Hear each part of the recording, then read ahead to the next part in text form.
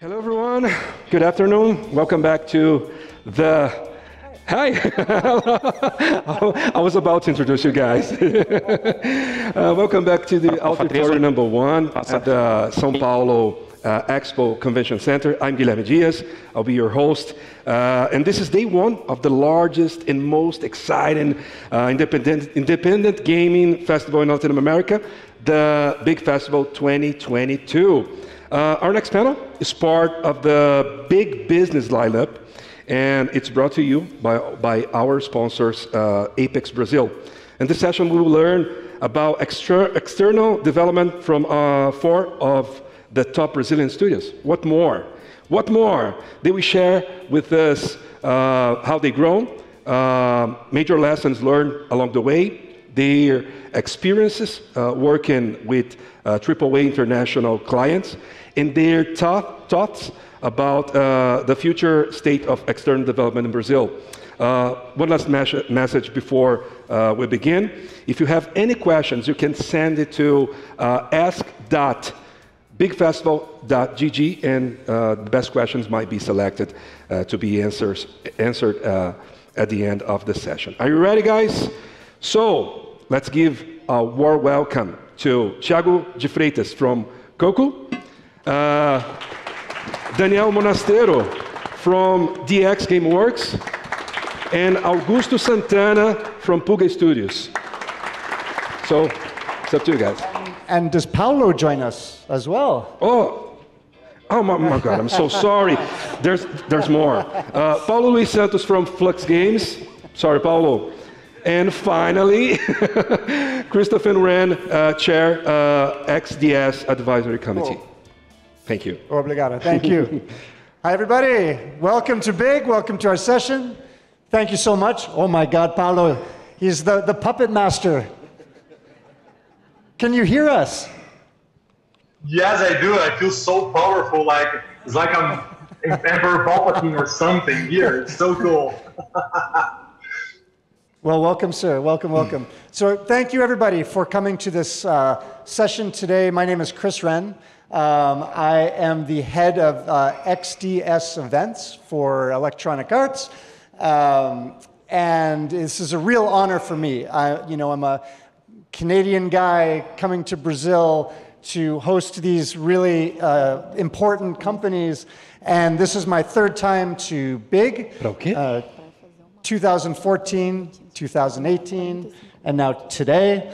And really have seen the evolution of the industry here in Brazil and the evolution of these companies as well. In fact, the first time, Thiago, I met you, your company, I think, was only 10 people. And it's, again, amazing to see the growth over the years. I also need to thank Abra Games very much for making this a possibility. I'll mention very quickly, I run an event in Vancouver called XDS. This is our 10th year anniversary, and I think since 2014, we bring companies from Brazil to Vancouver, to XDS, to become discovered and to become much larger and much more successful like these guys. So thank you again, Abra Games, for having us. So the topic today is on external development. We used to call this outsourcing. We don't like this term. It's a bit of a dirty word, but we call it external development. You know, for companies like Electronic Arts, Activision, Ubisoft, these big companies, our games get much larger, much more complex. The expectations of the players are more than it has ever been. And we cannot build these games by ourselves. We need help because we may not have the talent or the resources. We may not even have the capabilities. So we look to our fantastic partners to help us add, animation, art, software engineering, code development, and we could not build FIFA and other games without the help of our partners. So external development today is very, very important. So just quickly, before we do introductions, we wanted to get an understanding for who is here today, who is in the room. So I'll ask you guys a question, and maybe you can just raise your hands. It would be great to help these guys understand who's here today. So who here is a developer of games? So focusing on development, you might be an indie game or AAA. Okay, so what, maybe 50% guys, roughly, of developers? Are there any companies here, people here that offer services to games? So pure service provider. Okay.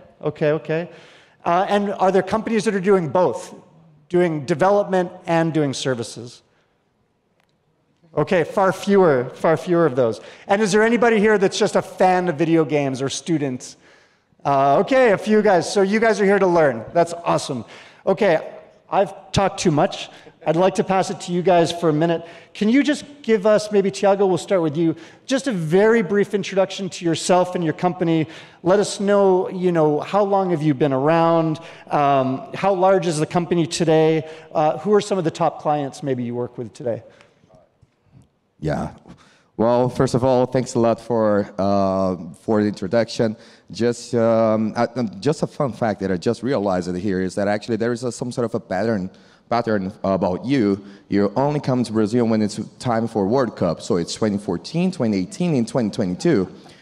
We need to make sure that this time you're going to give us the good luck, because we haven't been very luck with you here in Brazil. So. It's a lot of pressure. It's a lot of pressure on me. It is. It is.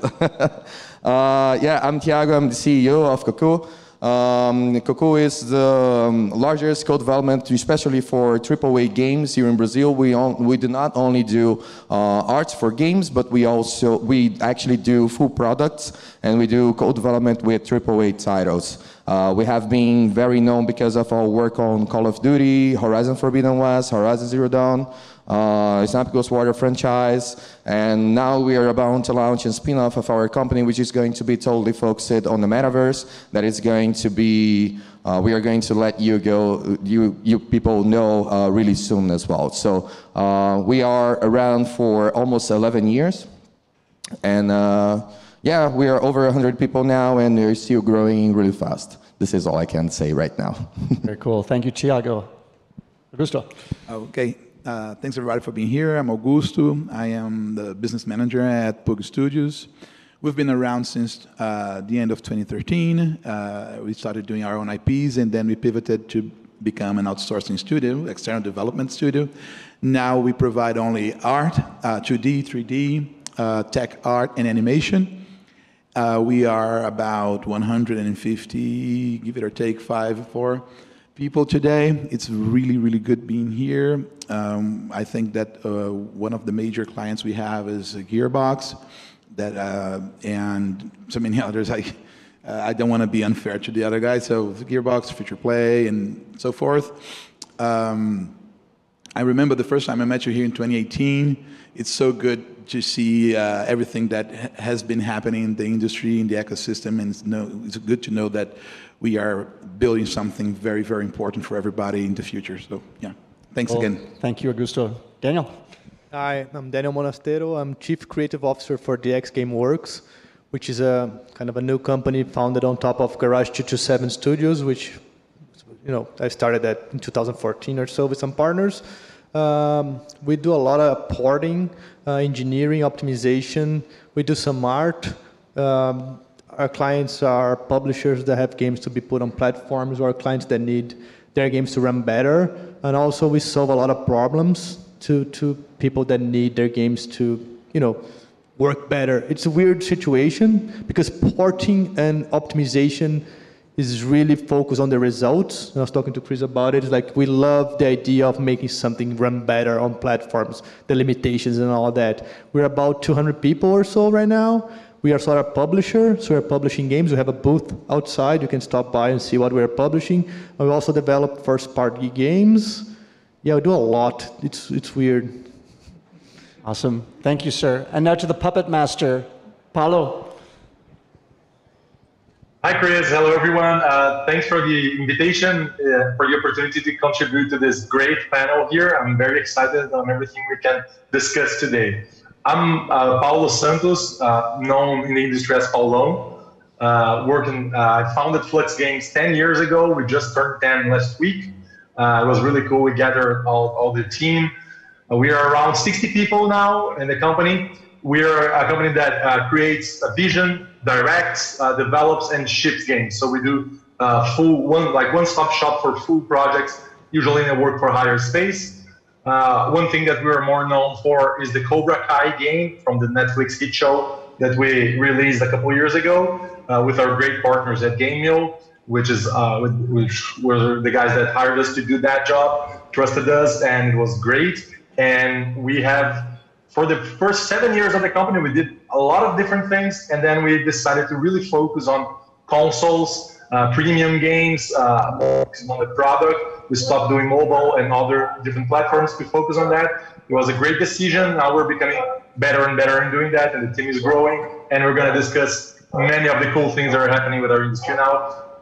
So super excited for our talk. Thank you. Awesome. Okay, thank you guys for that fantastic introduction.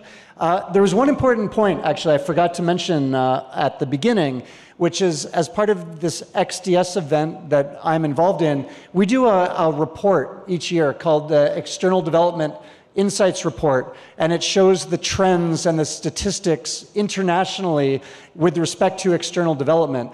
And this year, for 2022, Brazil was identified as the #1 emerging market for external development where clients are seeking new services and new capabilities. So that is a huge compliment to you guys, to Brazil, to Apex, to Abra Games. So a big congratulations to you guys for this. Okay, we'll start with the first question. Tiago, I'm gonna send an easy question your way. You know, as a business owner, you think back to, 2013, 2014, why did you decide to enter the services space and offering services, rather than becoming a developer or publisher of your own games? So why services? Well, this is quite complicated to try to answer, in such a short time that we have here. But most of the reason why we decided to go to the service provider, industry was much more because we were always trying to become a AAA developer, and we knew that back then we didn't have actually the knowledge to become one. So we had to learn from the experts in the industry. We had to actually import all the knowledge to Brazil. Then that's what we did actually. We started back then. We didn't have proper education here in Brazil back then when we decided to open the company. It was really difficult to try to find a really good AAA artists. We used to have another different company that was Playlord, that was the first AAA studio here in Brazil that provided services for AAA titles. But then when they shut down their doors, actually most of the guys decided to leave Brazil. So all the knowledge that these guys have learned was already running away from Brazil again. So for us to try to bring that knowledge back to Brazil, we had to actually start providing services again. And that's what happened. One of the things that we did, we hired, for example, someone from the Coalition Studio to bring most of the knowledge about working on AAA titles to Brazil and to teach us how to correct all the flaws that we had in our production. So that was one of the main reasons why we decided to go to service providers, because we didn't have the knowledge to become a AAA developer. If it wasn't because of we need to learn from who already does that, So that was the main reason for us. That makes a lot of sense. Does anybody else want to touch on that as to the decision as to why to enter services? Daniel, please. There's in Netflix, there's the Toys That Made Us. And there's the guy from Hello Kitty. He said the mission of the company is not to go bankrupt.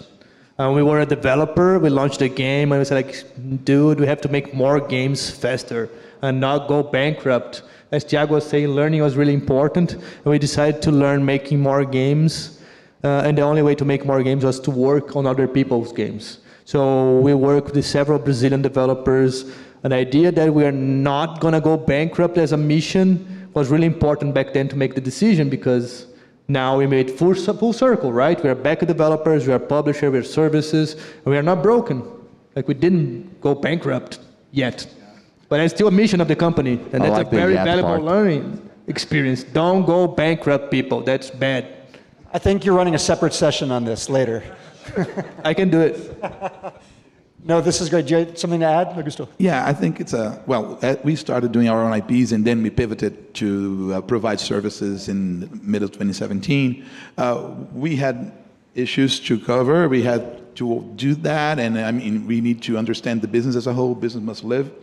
But at the same time, it is important also to be able to reach different kinds of art styles, able to work with different kind of games. And this triggers, this curiosity and this will of improving and learning and doing something better, and also gives room to provide opportunities to the ecosystem and to the other people, So it's a sum of all of that, actually, I guess. Okay. So listen, Paulo, I want to give you a chance to talk. I'm going to send the second question your way, which I know you guys love to talk about the early days of your business. And how difficult was it for you to find your first clients? And what you had to do to get to acquire those clients?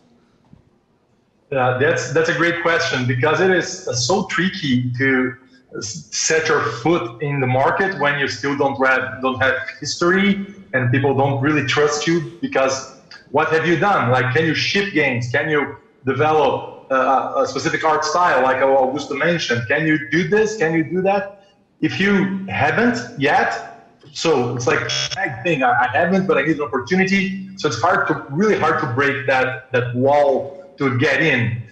So for us, it was a matter of going the extra mile when we had the opportunity. So for example, when we were in the competition to get the Cobra Kai game, we put so much effort into the pitch and into what we would do with that franchise.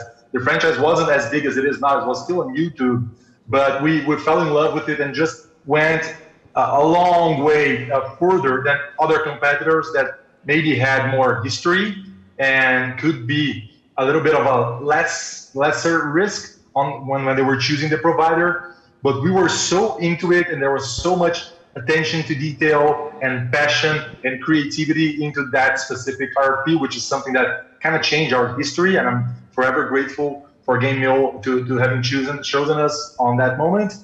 But I think it was that just being really going an extra mile, doing things extra that others aren't doing, because you're already a little bit behind if you don't have history, if you don't have clients or a portfolio of many AAA games. Like now, everybody here has some great portfolio, but in the beginning you don't. So you need to just find ways to do that. The way we did was that, going the extra mile, going deeper, showing that we cared more and that we could deliver more value for what they were looking for.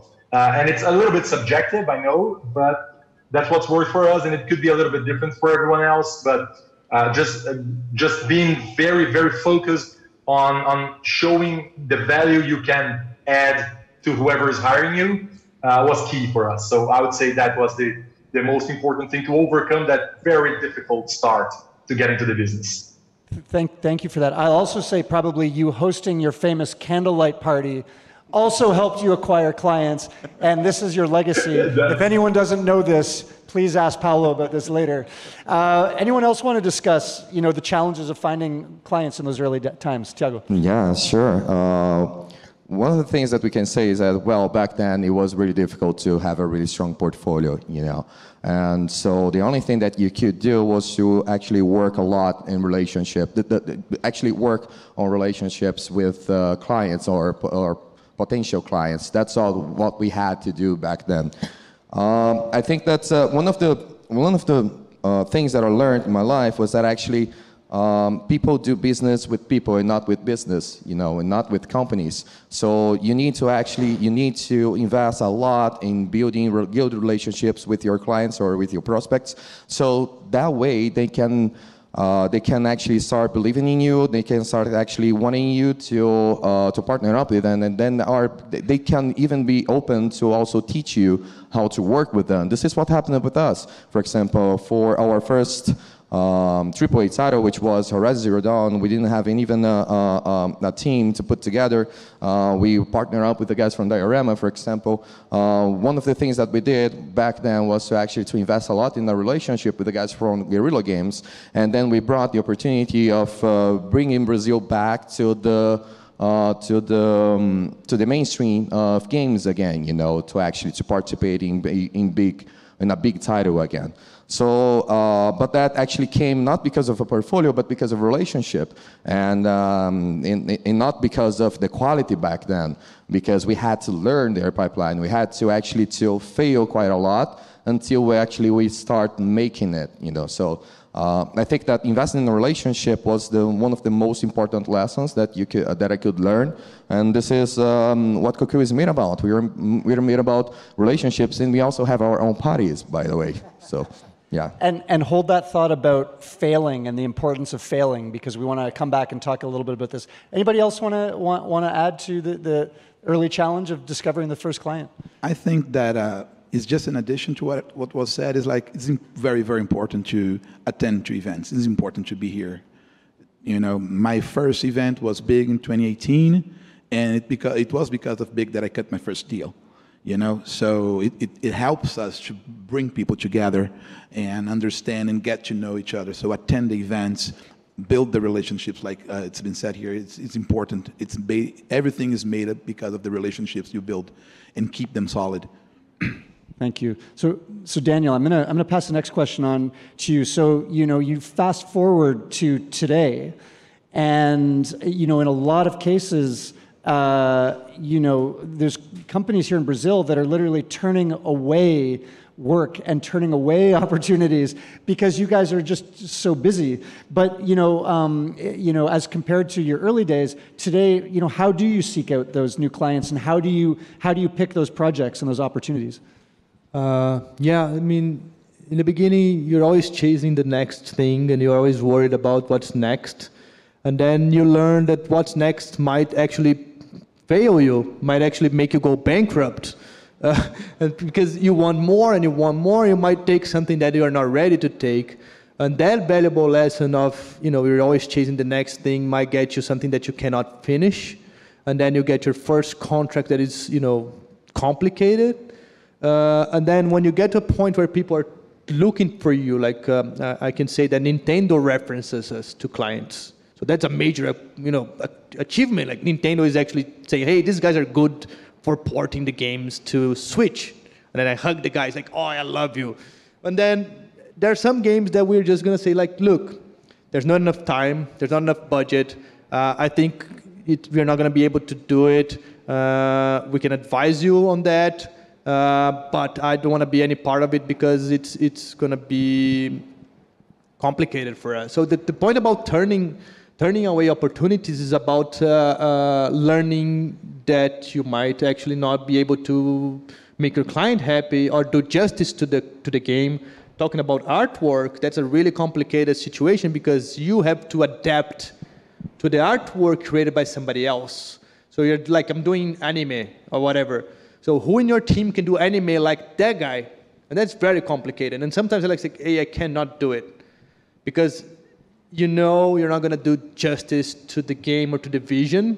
And I think that's the most important thing is like, I won't be able to fulfill or make the client happy, except like I was talking before, like going bankrupt. That's the balance. The problem with service is that you're always balancing the next thing versus not going bankrupt, because once a contract is done and you're like, hey, yeah, I finished the contract. And it's like, oh my God, I have no money. Because you finished the contract, got paid, but like there's a year ahead of you, and a year of salaries, a year of investment, you have to buy more machines, and the contract is over because you delivered it, and you have to find the next thing, and that is very scary, and you might make a huge mistake. Cool. Thank you, sir. So I think in these panel discussions, we always like to talk about the positive. We always like to talk about the successes, but I also like to talk about like the war stories and the failures and the things that happened to you guys that made you stronger and made you better. Can any of you guys think of like one example in your journey where it's like, oh my God, my company at this point in time, we either succeed or we fail? Paulo, I saw your hand up, so you go first. All right, thanks, Chris. Yeah, I'd like to point one specific example. It's the game that kind of brought Flux into the headlight in Brazil, not necessarily abroad. When we developed a game called Guts, it was a fighting game with dismemberment, this whole Tarantino approach. Really, some crazy innovations in that game. We put a lot of resources, time, and effort into that game, and it failed miserably from a commercial standpoint. It didn't sell nearly as much as we hoped. It was a mix of maybe we were too naive, maybe we were a little bit arrogant of thinking the game would be better than it actually was.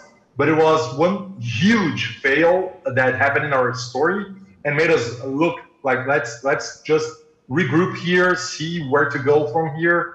And at that moment, we realized we needed to learn to make better games. Like we had the great intentions, had some vision for it, but we clearly weren't like in a world-class top level to do that. The gaming industry is so competitive. There's so much great games, so many great games, so much cool stuff going on every year. It's hard to just keep the pace with the best that they're going there. We just understood the hard way that we weren't among the best. We needed to learn a lot to get there. And that's what we're doing now. We're still learning every day, every project, every contract that we have. Learn a lot to how to get there. Thiago mentioned about why get into services to learn. So I second that. And failing our own game that we invested a lot of money and resources and time, and we were like heartbroken when it didn't pan out, but we survived, to Daniel's point. Then we had to survive, not going down as a company, and that failure taught us so much, and it kind of built thick skin. Just understand that you gotta persevere. There are many things, many challenges, things that it's hard to foresee. But by failing that game that we invested so much on was crucial for us to become a more mature company, understand our limitations, our targets, focus better on what we wanted to become. And that's helping us achieve great things now. And we're just taking step by step. We have a long way to go, but that failure was key in our history. Please, Daniel. We worked on that game together. But I was a service provider, so we didn't fail. Yeah. That's a lesson there. I mean, we learned a lot with you guys, but we got paid.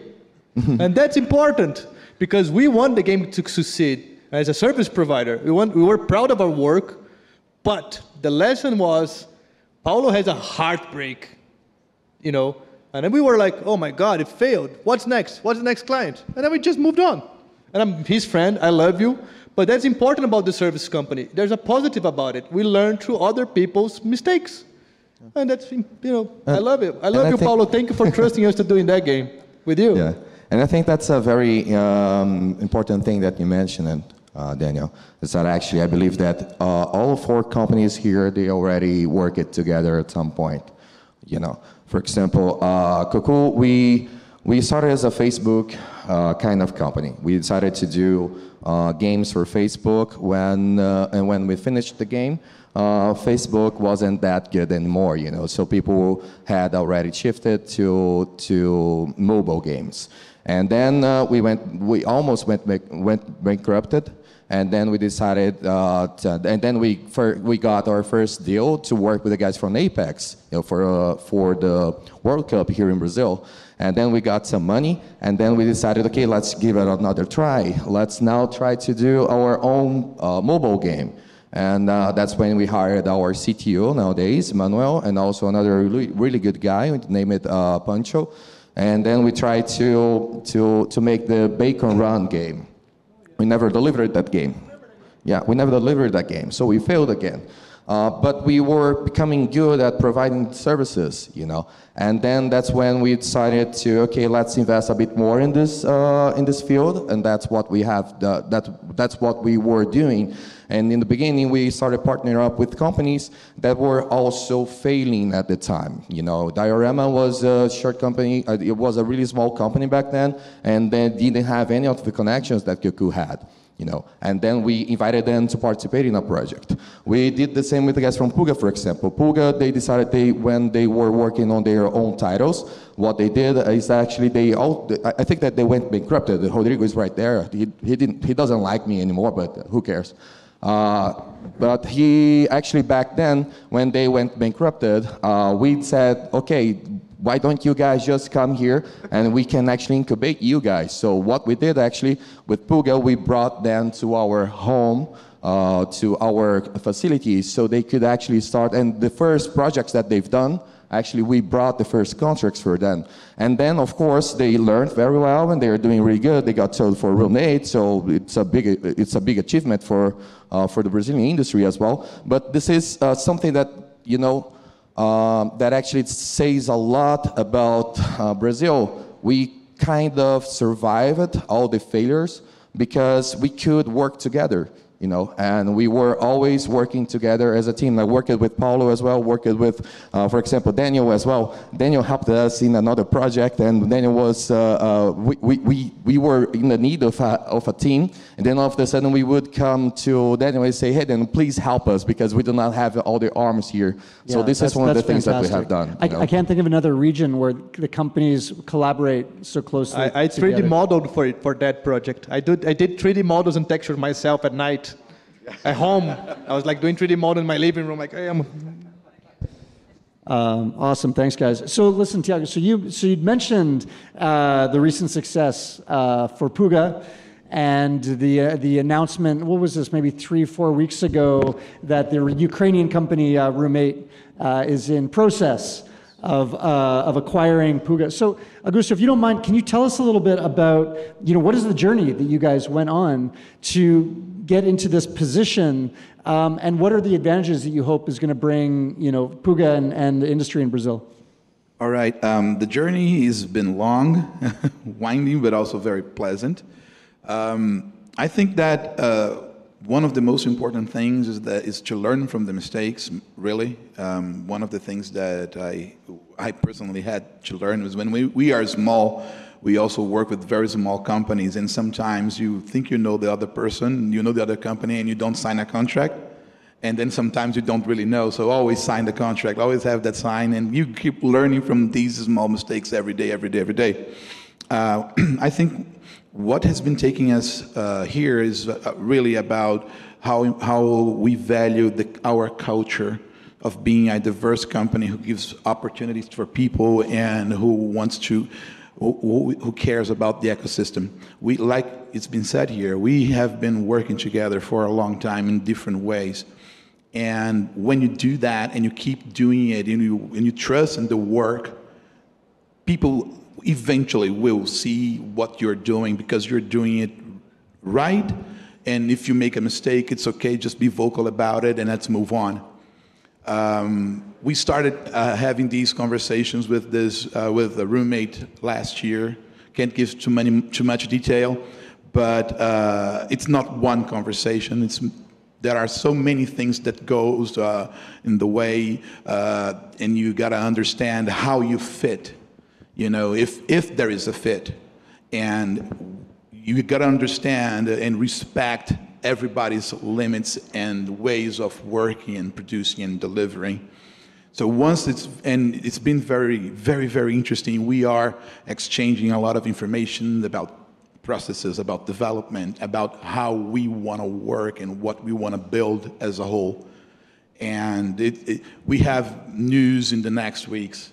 I think that's all I can say. We have lots of NDAs, and so. I think your boss is in the room, so you be careful. Yeah. But I'm looking at him now to see if I went too much, but I think that's okay. So, and you know, in a similar vein, Daniel, I mean, it's not as recent, but your partnership with Microsoft Brazil. I mean, congratulations on this success. How has this helped to accelerate, you know, your business? Yeah, I mean. We are now, we have, you know, a lot of compliances and stuff, and our HR and finances and stuff. And to the point, it really helps us understand it takes a village to do the work on the size and scope we're doing right now. Like, you know, it's a lot of people working together, not me. At the point where we're, you know, indie developers, you buy everything, you sell everything, you take up out of your pocket all the time. And now we're really careful because there's a lot of families that depend on us. So and also because Microsoft Brazil has supported us here, and they want us to help the Brazilian industry and give opportunities to more people to work in the industry and to become a point, and as Thiago was saying, somewhere people can go to learn, grow, and be stable in the industry. There's a lot more responsibilities. I have to be a lot more careful in what I say, but it is, like even talking to you, Chris, today at a meeting, it is a point that we are happy to belong, and Microsoft supporting us and trusting us to be that. Just say the name Microsoft support us. It is a huge responsibility because we had other investors, Multilaser, which is a Brazilian hardware developer here. You have to be really professional about what we are doing. So I guess we want to belong in the industry, Chris. And to belong there, we have to be very respectable of the opportunities we are given and respectable of the people that trust us. And that's the point. Yeah, well said. Thanks, guys. So I'm going to pose this question to all of you guys, because I think you'll all have some thoughts on this. You put yourself in the shoes of some of these people, and maybe in the audience today, maybe they're a one-person operation, thinking, okay, what are my next steps? Am I going the developer route? Am I going the services route? Or maybe larger companies out there that are also making this decision today.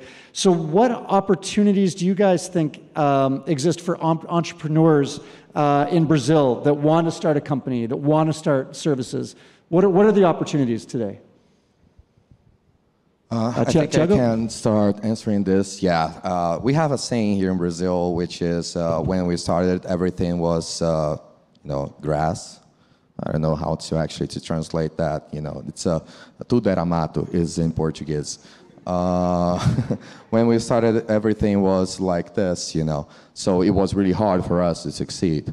But now we didn't have proper education. We didn't have actually proper investment. We didn't have international companies looking at Brazil and trying to do business with Brazil. I remember when we first signed the contract with the guys from Guerrilla Games, they said that finally we could find someone from Brazil, because Brazil, it's going to be a really big beast, for the video game industry in the 10, 15 years. And nowadays, what we can say is that the path for anyone who wants to become an entrepreneur, it's easiest. It's not easy, but it's not that hard anymore because of what we, as not the pioneers, because we had other companies that started before us, but because of what we have done and what the Abra Games and Brazil Games and Eliana Russi have done, and in the past. That now it's if they want to invest and to have their own companies, it's way more easier than when it was when I started when I founded the company 10 years, 11 years ago, and the same for Puga, for DX Game Works, and for Flux as well. Thanks, Thiago. Other thoughts on that? I would say don't go bankrupt. It's a really, really scary thing, man. Seriously, every day you look at the thing, it's like, don't go bankrupt. It's easier because you have access to the things that we had to stay a day to talk to someone. You had to try to figure out who was who. Like Big helped us a lot on this. But as an entrepreneur, you're creating your own thing, and then it is really, it's easier, but it's a lot of responsibility because at the end of the day, there's people that work with you or trust you, families. And I think if you want to be an entrepreneur, you have to be ready to take that responsibility. I mean, I'm repeating myself, but it is not for everyone, because you're going to wake up one morning and say, like, dude, I have to pay all these people. They have kids, they have children, they need healthcare and stuff. And it becomes something, right? But if you like it, and if you want to be here talking to Chris and meeting EA and talking to Microsoft, and you want to be crazy about it, and you want to be that guy or that woman or that person that is there, risking everything to do it, do it. We're here. We are open to talk to you, learn from our mistakes. We all learn from each other, and we'll help you all the way, man. The more, the merrier. Paulo, I saw you had your hand up, please. Yeah, I'd like to add some quick tips for whoever is starting now. You mentioned opportunities, so take a look around. There could be opportunities right at the corner. I mean, we all work together here, these companies, back in the day. I'm sure we all, to a certain degree, have needs, maybe could have a partnership. Right now, Flux is working with a couple Brazilian companies to help us deliver our products that we're working now.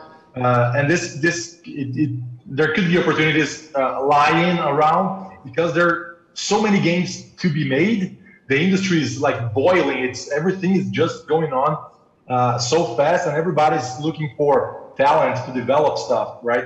Not only the huge guys from abroad, but also here. And so start looking because there is demand for work. The other quick tip I would give is if you're starting a company, as soon as you can make everything international in English, go to Abra Games Association, go to Brazil Games and start showing up at events. We discussed this a little bit before, but I don't think we can overstate how important it is to show up. Sometimes it takes years of knowing and nurturing that relationship, as Thiago mentioned, until you can finally land the deal. So start doing that now, because that could be a deal you'll sign in 2025, 26, whatever.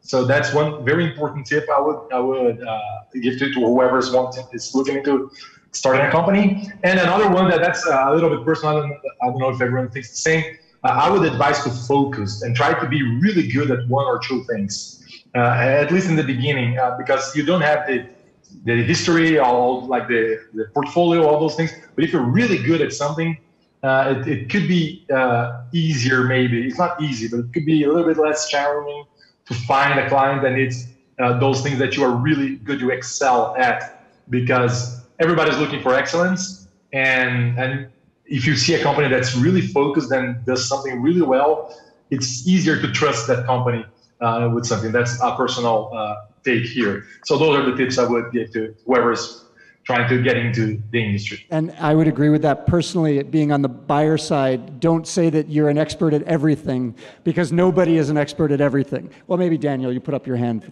but really specialize, and that's how you get noticed. I agree, Paulo. Please, Augusto. No, just exactly what I was going to say. And the thing is, know what you want to do. You know, if you want to be an entrepreneur, there's nobody will take this idea out of your mind. So know what you want to do, know where you want to get, plan, but take risks. You got to take risks. Don't be afraid of taking risks. You know, just don't risk it like crazy, but think about it, plan, and take the risk. When we came here in 2018, we only had a month to pay the salaries for the next 2 months, and we knew we needed to be here. We knew in 2018, okay, we need to go to big. We planned that. It was a risk we took, but we cut deals here. We met people, and we keep the relationships going. So that's what you got to do. And of course, just keep in mind that being an entrepreneur is just like sleeping like a baby. You know, you're going to wake up in the middle of the night. You're going to be crying, and you don't know why. So be prepared for that. I know why. Because you're scared of getting bankrupted, right? So we only have, I think, about 4 minutes left. So I'm curious to hear from you guys, you know, what's next for Brazil? What's next for this industry in terms of, you know, are you seeing more of your companies being acquired, similar to the roommate Puga situation? Are you seeing yourselves acquiring more companies either within Brazil, outside of Brazil? So for you guys and for other similar companies, like what is next? Augusto. Oh, thank you. Sorry, I cut you off. Sorry. I think that what's next to understand is understand the next challenge, which is keep the talents here with us. The competition is international, so I think it's to understand that. You gotta keep that in mind, because this is real. This is going on. Yeah, I think companies will acquire other companies in Brazil. We have lots of opportunities coming up front. Many things are happening at the same time.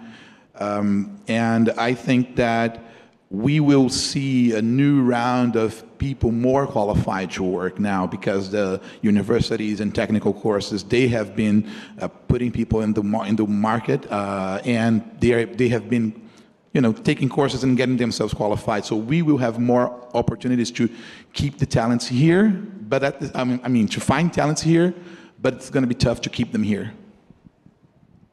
Well, what I can say is that actually we're going to finally see the video game industry here in Brazil blooming, because can you imagine that I only have a company, Rodrigo only has a company, and also we have companies here because we have worked elsewhere before.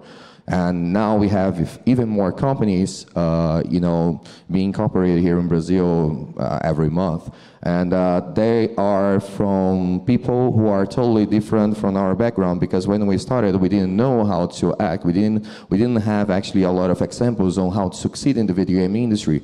Nowadays, you have examples. Nowadays, you have the opportunity to have been working on a video game company and making sure that you're not going to to start your entrepreneur days without any single, tip of what you're going to do or how to build a company, And since we're having now the 4 companies together, we are talking about 500 people. Out of these 500 people, can you imagine that if only 10% of it, 50 people decide to open, I don't know, maybe 5 or 10 studios, you're going to keep on doing this, and they are going to also have employees. They are going to also do the same thing, They are going to keep on spreading how to build a really healthy company, and making this actually making the Brazilian industry of video games actually bloom and stay there forever. It's not that we're going to take off and then we're going to crash. No, I think that we are going to, now that we took off, it's only going up. Well, for me, it's like stop by our booth, check it out, talk to the people. They are the future, and talk to them. The people at my booth, our booth, well, it's mine also, but I mean it's ours. Talk to them. They are the future, and I guess it's there. The games are there. The people who work on them are there. They know what they're doing. I don't. So talk to them. That's the future. Good stuff. Any final thoughts on that, guys?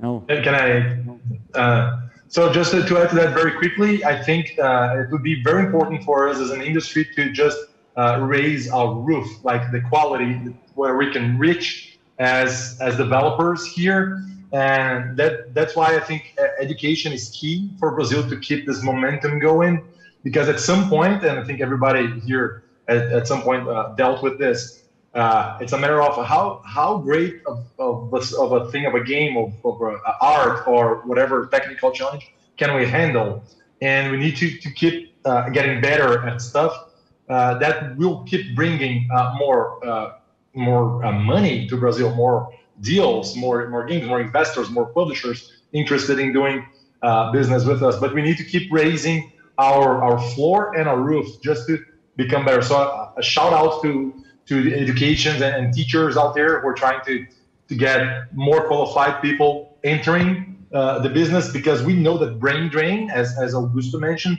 is a huge challenge. It's really hard to compete with some companies that offer things from other countries that we just can't match yet.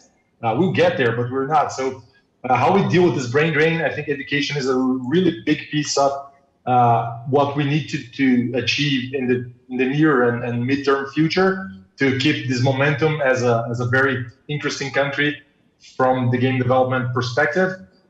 We need to keep becoming more and more qualified as companies and individuals, their talents. So we need to get all of that and just keep raising so that we can keep track with what the market has, because it's a tough industry. It's a tough market.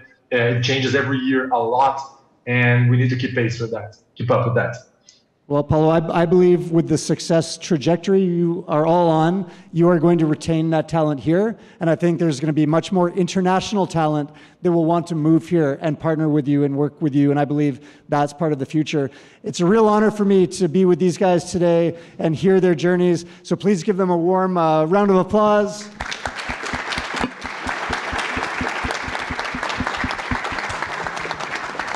Thank you, guys. And I'm not sure if we have any questions. Come on. I don't want to go back to the booth. Give me questions. We're all done, but these guys will be around, I think, for a little bit. So please, you have questions coming up. And thanks again, everybody. Really appreciate it. Thank you, guys. Obrigado. Thank you, everybody.